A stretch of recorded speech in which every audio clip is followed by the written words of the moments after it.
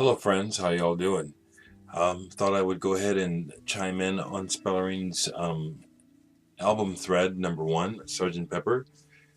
Again, great idea and a good one to start with. Absolutely, everyone.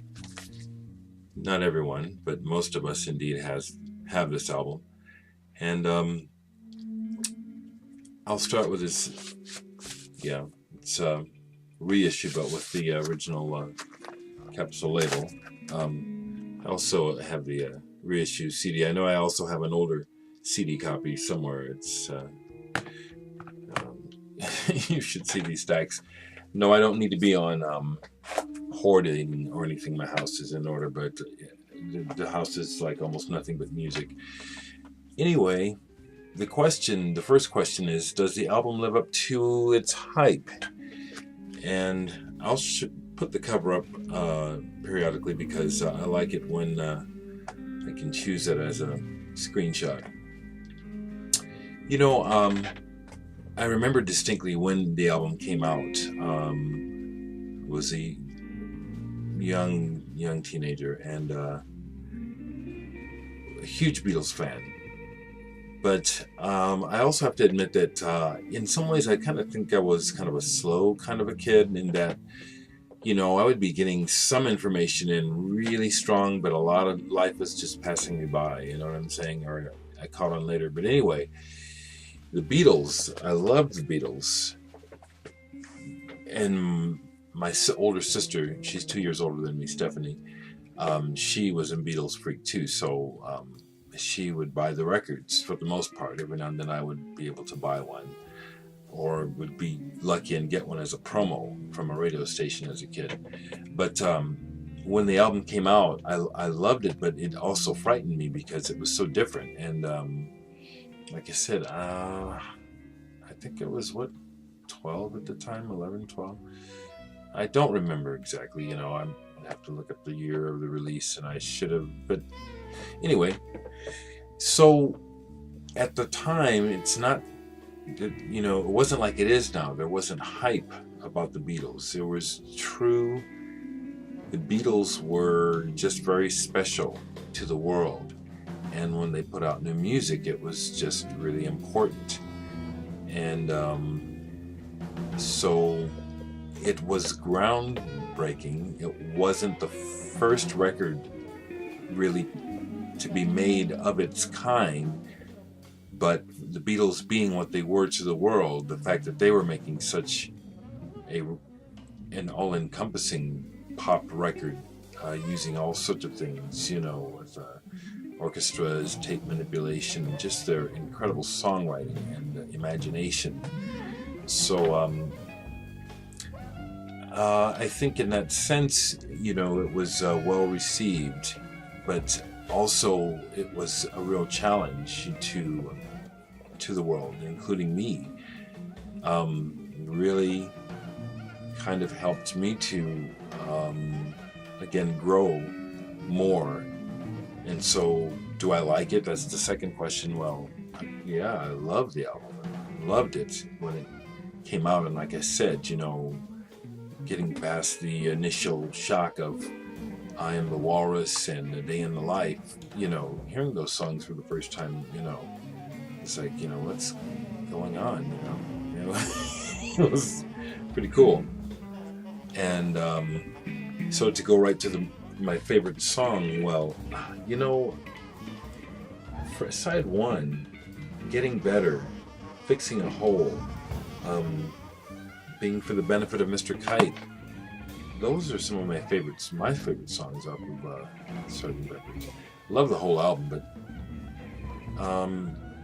that section in there, so imaginative, you know, so wondrous, you know. Why? Well, those are the reasons I just explained, you know, as I'm trying to describe it. Those are the reasons why those songs were just, you know, they opened up, you know, worlds to the imagination. Just the way that I perceived the music as a child, you know, it was this band in these suits like they were in the picture, you know, and it really worked so well. And so does it make you think of any particular thing or time?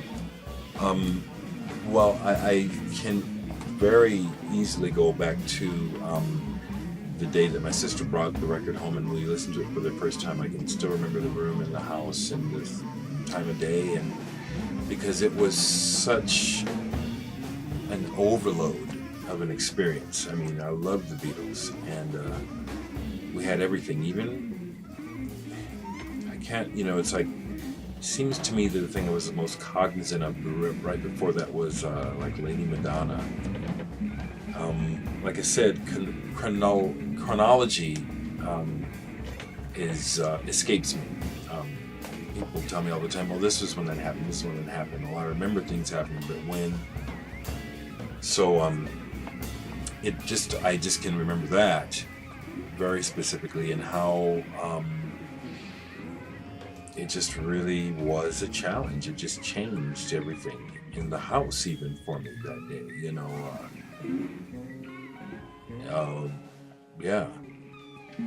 The artwork. Well, again, I would go back to what I was saying earlier about how the songs, and the whole idea of the band being a band in suits and in this magical place, even where we're experiencing this music, and these people are somehow associated with that place, or they're there. It's great. I hate to kind of sound simple, but I love this cover, and it's just it works. It was not perfect, but and that was also what was cool about it, is that the more you looked at it, the more of like imperfections, the letters aren't quite straight, and it was just the coolness. Do you listen to it?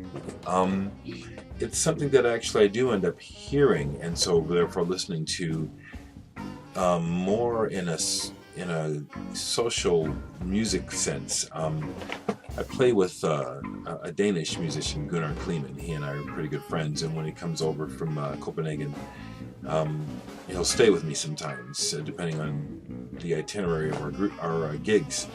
And love listening to music, and one of the things that we both really groove on together is the Beatles and David Bowie.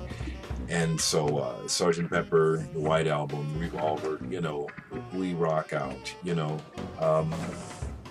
really listening closely to the music, and it's just wonderful music. Do I think it's essential? It's, of course I want to say yes, in the sense of someone, if there was a general idea of someone wanting to have a record collection that reflects rock history in some sense, or some awareness of rock roots or important releases, Sgt. Pepper most definitely is one of those important releases, and pretty good idea for a thread. So those are my answers to the questions. Leave comments. See ya.